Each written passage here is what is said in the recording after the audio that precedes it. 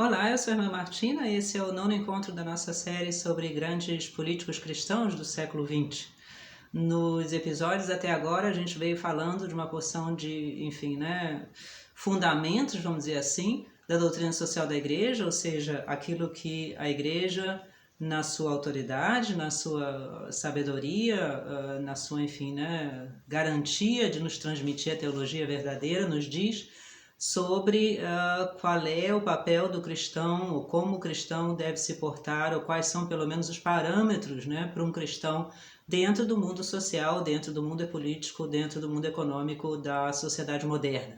De novo, lembrando, a doutrina social da igreja não é uma ideologia, não é um partido, não é um programa político, muito ao contrário, é exatamente essa sugestão num sentido de recomendação que a igreja nos faz, com base na própria Sagrada Escritura. Obviamente, a igreja não está inventando nada, nem pode inventar nada, sobre, o que nós cristãos, qual é o nosso papel, vamos dizer assim, na sociedade contemporânea, na sociedade tão complicada, dos nossos tempos.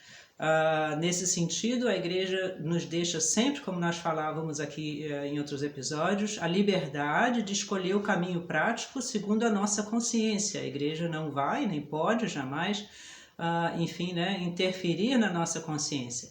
O que a doutrina social da igreja nos aponta são exatamente parâmetros, valores, ensinamentos que nos dão luz sobre a realidade da nossa situação política, econômica e social, e por isso nos deixam, claro, com armas na mão, armas no sentido de conhecimentos, no sentido de valores aí que podem, nos ajudar, devem nos ajudar nesse caminho, nos orientar nesse caminho. Nós falávamos então de fundamentos como a lei natural, por exemplo, como o bem comum, como a realidade do governo como serviço, como possibilidade, inclusive a obrigação às vezes de uma revolução no caso de injustiças, tudo isso que a gente veio falando nos outros episódios. E hoje eu queria chegar num último fundamento, vamos dizer assim, da doutrina social da igreja, que a rigor, está ainda talvez mais adiante, ou a gente poderia dizer, inclusive antes, de todos esses fatores que a gente já falou.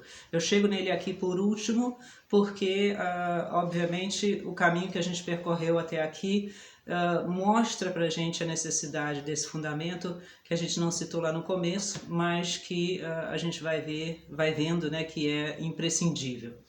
A questão é a seguinte: tudo que nós fazemos em situações políticas, sociais e econômicas tem uma variedade, uma pluralidade enorme, que não só são boas, como são legítimas e ajudam. Isso é o segredo da democracia. Nenhum de nós, homens e mulheres, pode jamais dizer que a gente sabe tudo, ou que a gente pode tudo, ou que a gente faz tudo bem. Nós somos sempre pessoas falhas, nós somos sempre pecadores. Quem não é pecador é Deus, não é isso? Quem não é falho é o Evangelho, mas nós, como pessoas humanas, somos sempre falhos. Portanto, qualquer governo, qualquer programa social, econômico, etc., que disser essa é a forma única, perfeita e correta, já em si mesmo está fadado ao desastre.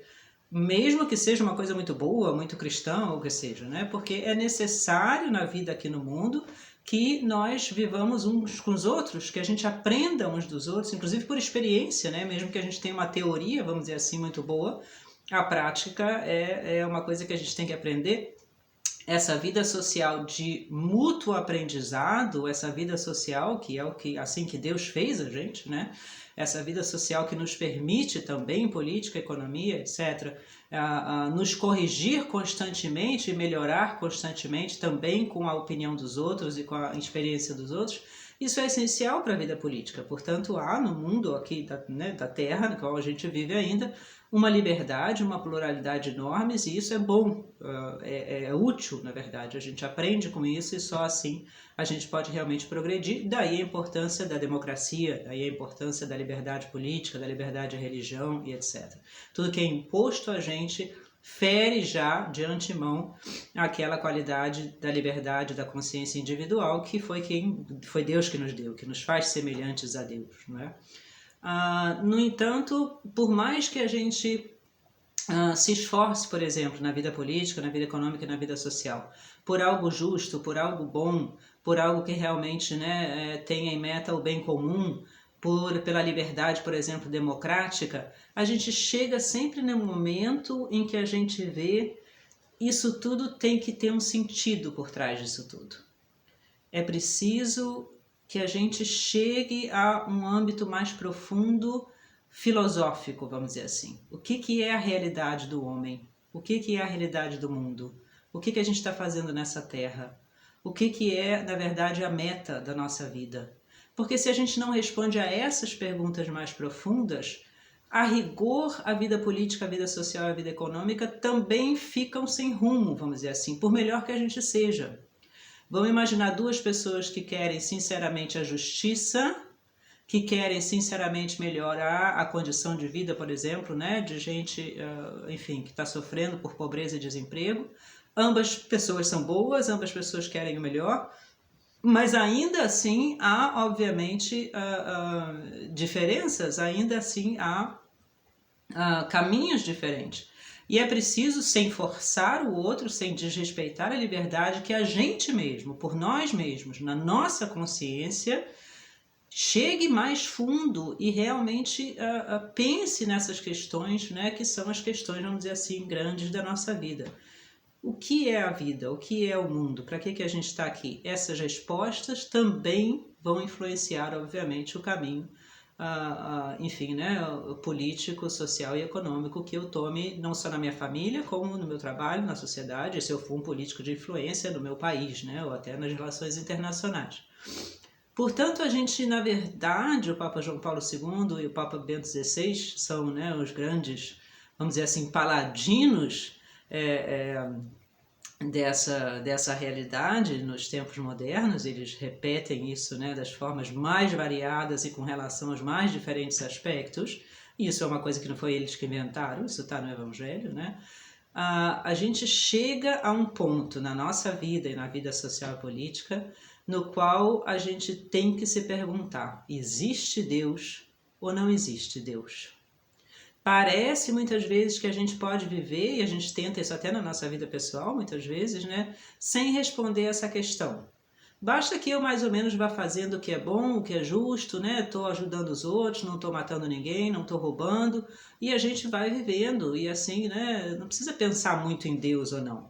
Todos nós que já vivemos um pouquinho mais tempo sabemos que a resposta a essa pergunta alcança a gente em algum momento da vida. Seja porque um ser querido morreu, seja porque a gente de repente, né, se acha numa situação que todo o nosso esforço não adiantou, seja porque a gente realmente não pode dar respostas simplesmente materiais. A gente sabe que viver assim superficialmente, enfim, né, acaba fazendo a nossa vida vazia e levando a gente até por rumos que não eram os que a gente desejava. E isso também, nos diz a Igreja, se reflete na vida política, na vida econômica. Continua havendo uma liberdade, continua havendo uma pluralidade, continua havendo a necessidade, inclusive, né, dessa ajuda mútua de lado a lado, de partido a partido. Isso tudo é bom. Mas essa pergunta fundamental também na política a gente precisa fazer. Existe Deus? Existe um bem? Existe uma vida eterna? O que a gente está fazendo aqui na Terra? Qual é, no fundo, não é, a meta da política? O que é o que realmente interessa fazer? O que é o bem comum? O que é o bem real da população? Quando eu estou fazendo uma lei, por exemplo, essa lei realmente é boa? Qual é o parâmetro para dizer que essa lei é boa ou não? Qual é o parâmetro para dizer que uma coisa é correta ou incorreta em política, por exemplo? A gente tenta muitas vezes responder isso só com uma questão ética, né? Mas a questão ética ela é muito relativa. A ética está ligada à cultura. Se a gente fica só na ética, a gente pode dizer que, na verdade, nos países muçulmanos é ético, então, né, que um homem tenha várias mulheres e maltrate essas mulheres, ou enfim, né, as mulheres vivam lá de uma forma quase escrava, com aquelas roupas, etc.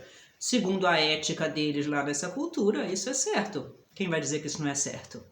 Se não há uma realidade mais profunda que, na verdade, abarque todos os homens, não interessa se são muçulmanos, cristãos, ateus, etc., então a gente, na verdade, vira tudo relativo, né?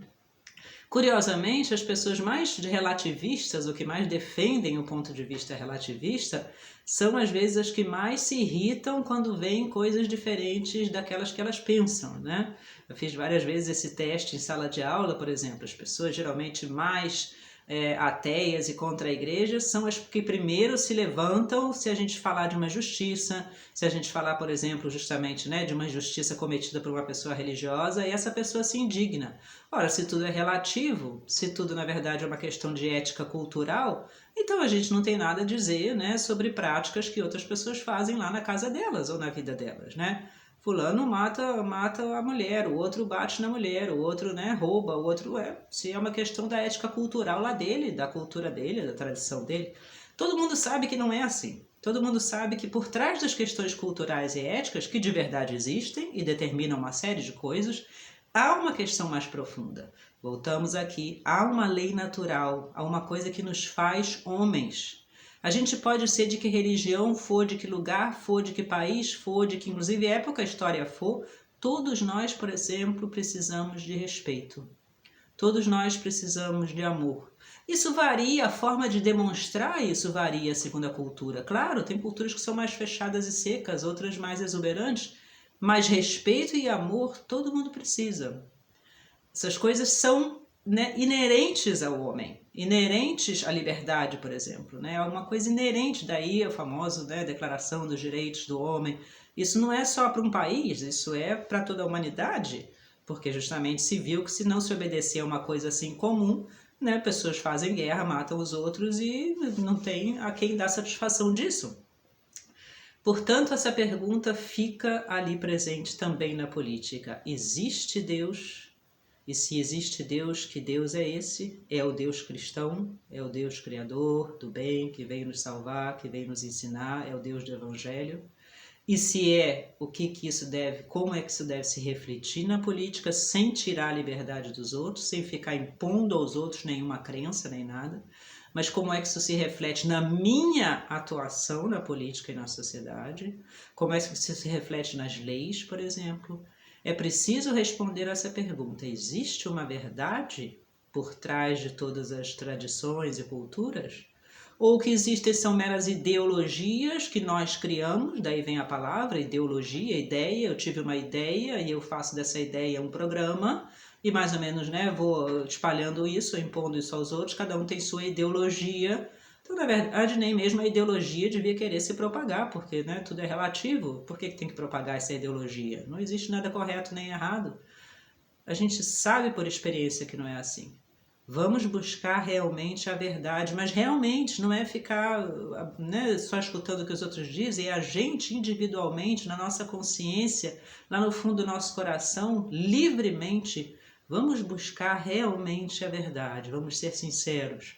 Vamos, né, o que os grandes escritores e grandes, enfim, né, filósofos, etc., sempre buscaram e sempre fizeram. A gente não vai alcançá-la plenamente, porque aqui na Terra é tudo, né, enfim, coberto por um véu, como dizia São Paulo, mas algumas coisas a gente consegue alcançar.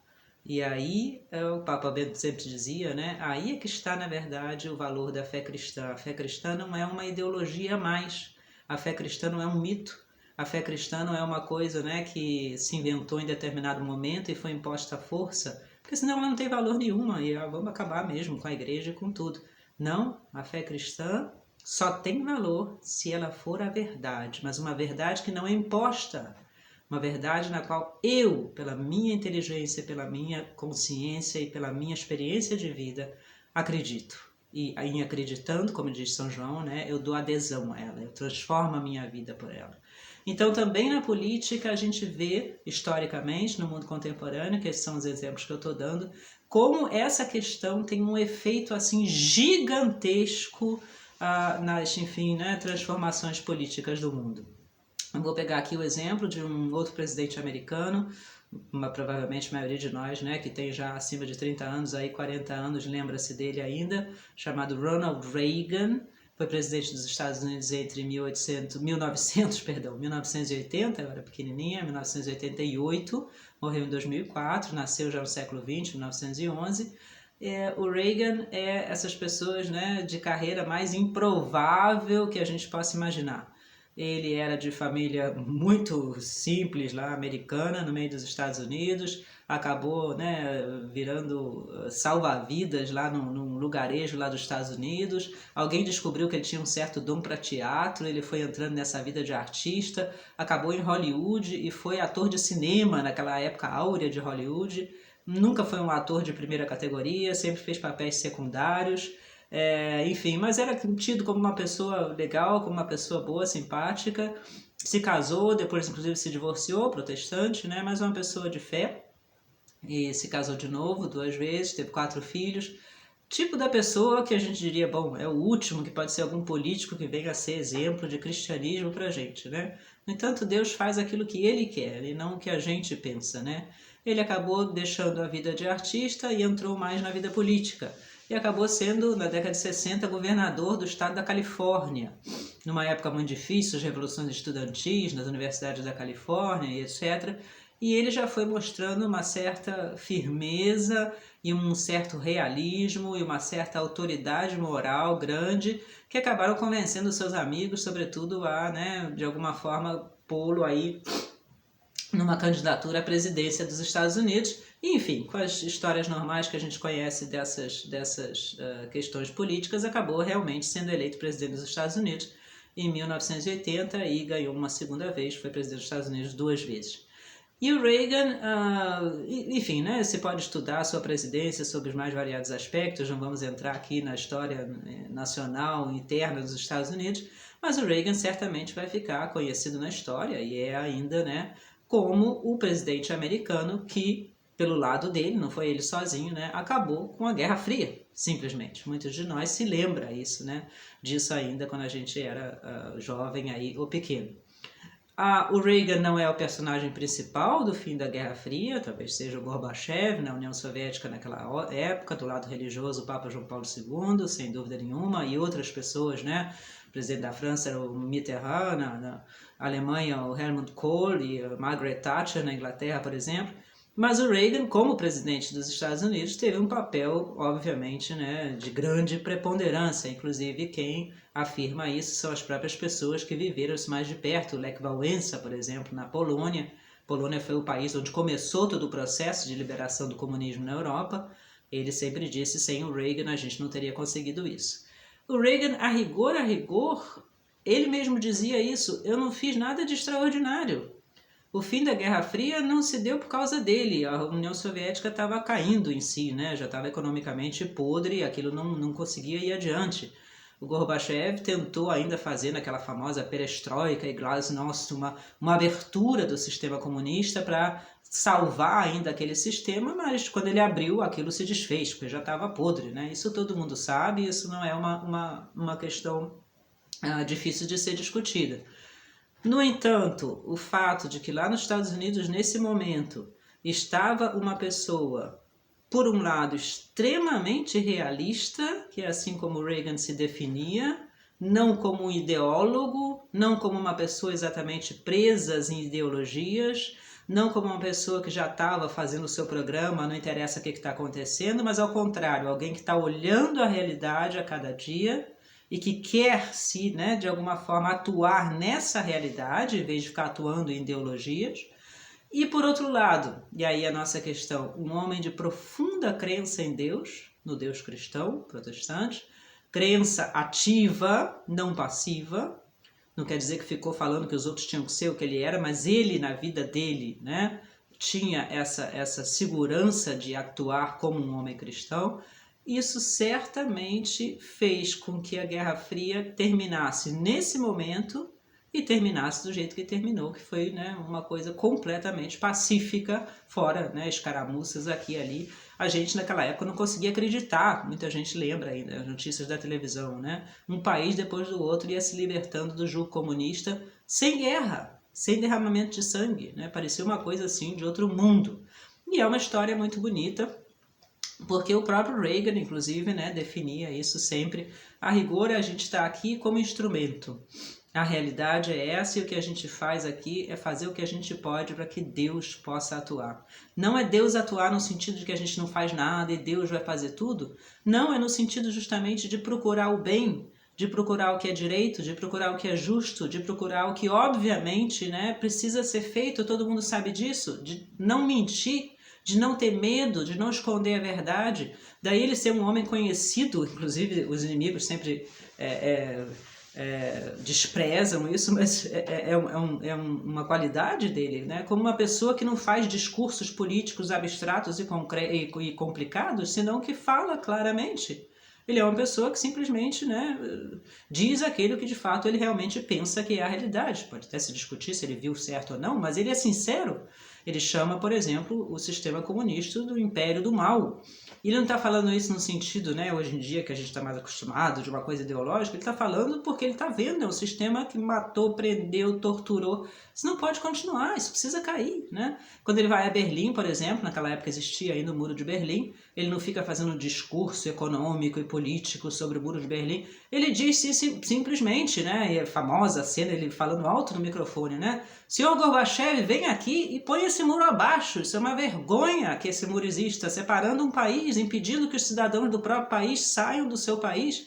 Esse muro é uma vergonha para o próprio sistema comunista, senhor Gorbachev. Vem aqui e põe esse muro abaixo, que na verdade a Alemanha comunista dependia da Rússia, dependia do Gorbachev.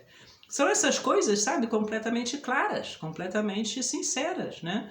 É um grande amigo do Papa João Paulo II, conta-se, inclusive, em vários livros biográficos dele, que ele ainda antes de presidente, vendo na televisão em 1979, a primeira visita do Papa João Paulo II à Polônia, sua terra natal, uma visita que quem nunca viu vídeos vale a pena ver, né? Tem um vídeo que se chama, por exemplo, O Peregrino, em polonês, mas dá para procurar em português, que é só música e imagens dessa visita, uma visita assim, uma coisa fora do comum, né? 2/3 da população polonesa veio à rua receber o Papa, num sistema comunista que impedia e proibia isso, né?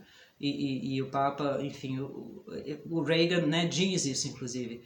O Papa, o que ele está fazendo não é fazer um discurso político, não é fazer uma revolução. O que ele está fazendo é simplesmente, com a sua atitude, mostrando a essa gente que eles não precisam ter medo, que eles podem simplesmente falar a verdade, que eles podem simplesmente, né, fazer uma revolução sem violência. É só dizer a verdade sobre a sua condição. Eles estão vivendo numa ditadura, eles estão vivendo num sistema de mentira, e vem um homem que passa pelas ruas sem falar muito e sem fazer muitas coisas, só para dizer isso não é verdade. Verdade é o que nós estamos vendo aqui, as pessoas que estão vindo e que querem, né, uma vida livre, uma vida boa, que querem Deus e assim por diante. E ele diz, agora nesse momento o sistema comunista está afadado ao fim depois dessa visita, né? E de fato a presidência dele nesse sentido vai ser simplesmente seguir esse parâmetro. A gente fica forte, não vamos cair, né, em mentiras que vão tentar fazer a gente engolir. Nós permanecemos dignos e permanecemos fortes, não nos deixamos intimidar, não vamos cair em diálogos altamente complicados. Agora, vamos estender a mão. Eles estão lá cheios de problemas, vamos estender a mão para que eles mesmos possam sair do seu buraco sem precisar se humilhar e sem precisar, né, verter sangue deles e dos outros. Vamos estender a mão, e essas várias fotos do Reagan com Gorbachev, né, que se davam quase como amigos. Não que comunicassem a mesma, né, política, etc., mas sim são pessoas que estão se encontrando e é preciso ajudar, assim como a gente também precisa de ajuda, a gente tem que ajudar os outros.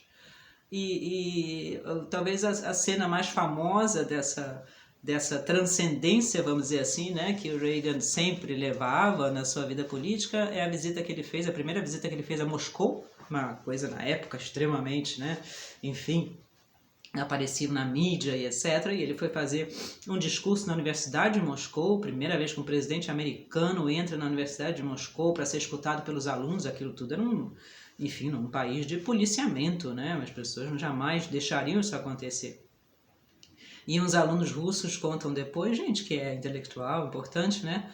Que ele fez todo um discurso muito simples. Ele não era absolutamente, nem era metido a ser literário, economista, né? Ou pessoa filósofa. Ele era um homem simples, como ele dizia. Eu sou um americano nascido lá no interior dos Estados Unidos. O que eu acho importante é que a gente seja livre, direito, né? E possa fazer realmente uma vida em busca da felicidade. Isso aqui me parece importante. O resto tudo é complicado, um pouco demais para mim, quando vem com, né, altas complicações intelectuais. E no fim do discurso, então, ele diz simplesmente isso, que para um americano do tipo dele é completamente normal, mas na Rússia era um crime dizer isso. Quanto mais no microfone, né? E quanto mais um presidente dos Estados Unidos. E ele diz simplesmente, God bless you, Deus abençoe vocês. E esses russos que estavam lá dizem, né, isso pra gente foi uma coisa assim, exatamente a visita do Papa. A partir daquele momento a gente viu que toda aquela balela de não acreditar em Deus e toda aquela coisa que foi doutrinada na gente, né, que Deus não existe, a religião não existe, não só era falho, como era exatamente o contrário do que a gente precisava. Justamente quando a gente acredita em Deus é que a gente põe a cabeça para cima, é que a gente se enche de esperança, que a gente se enche de alegria, é que a política vira uma coisa, né, que promove a vida e não a morte, é que a gente se enche de liberdade, é que as famílias, por exemplo, crescem, né? E esse homem veio, esse presidente dos Estados Unidos, na Universidade de Moscou, e disse simplesmente isso, God bless you, Deus abençoe vocês, vamos em frente, né? Deus está com a gente, existe um bem, existe Deus, existe um céu, existe um juízo final, existe um certo e errado, vamos em frente nesse caminho, não quer dizer impondo aos outros, não quer dizer, né, absolutamente fazendo da fé uma ideologia, mas ao contrário, fé é liberdade, fé é justiça. Agora no Advento a gente fala tanto isso, né? A vinda de Deus quer dizer a vinda da justiça, da liberdade, da alegria, não é isso? Do fim de toda a tirania, do fim de toda a prisão, do fim de toda, tão bonitos esses textos do Advento, né? A bota que marcha pelo chão fazendo barulho, né? As roupas manchadas de sangue, isso tudo vai ser queimado, isso tudo vai ser levado embora. O que vai florescer agora é a paz, é a justiça, é a bondade, é o amor de um irmão pelo outro, é o perdão. São essas coisas que são Deus. E essas coisas têm que ter o seu reflexo na política e na sociedade. São essas coisas, e o Reagan vai lembrar disso muitas vezes na sua época, né? Que são o fundo da vida política e da vida social. É para isso, é para que a gente viva num mundo de paz, num mundo de bem, num mundo de liberdade, num mundo de alegria, num mundo de fraternidade real, de caridade. É para isso que a gente luta. É para isso que a gente faz um partido político. É para isso que a gente vai às eleições, não é isso? É isso o nosso ideal. É essa a nossa meta. Mas para isso você tem que acreditar em alguma coisa. Fazer uma política sem acreditar em nada, por melhor que seja, ela acaba dando no nada, não é isso? É preciso, como ele dizia, acreditar em Deus. Não importa se eu sou católico, protestante, não importa até se é muçulmano, mas é preciso acreditar que existe um bem, que existe um certo, que existe a liberdade, que existe a justiça, que existe o perdão, que existe o amor. Se a gente não acredita nisso, você pode botar os melhores mecanismos econômicos, sociais e programas políticos do mundo, você vai dar numa sociedade morta e triste. Como dizia o Papa João Paulo II, né, amigo do Reagan, vai dar numa cultura de morte, não numa cultura de vida. A cultura de vida nasce no fundo da fé no Deus cristão, não é? E isso, de alguma forma, pelo menos na nossa vida pessoal, tem que se plasmar também naquilo que a gente faz socialmente, politicamente, economicamente, enfim, né, culturalmente e etc. Um grande abraço, até o nosso próximo encontro.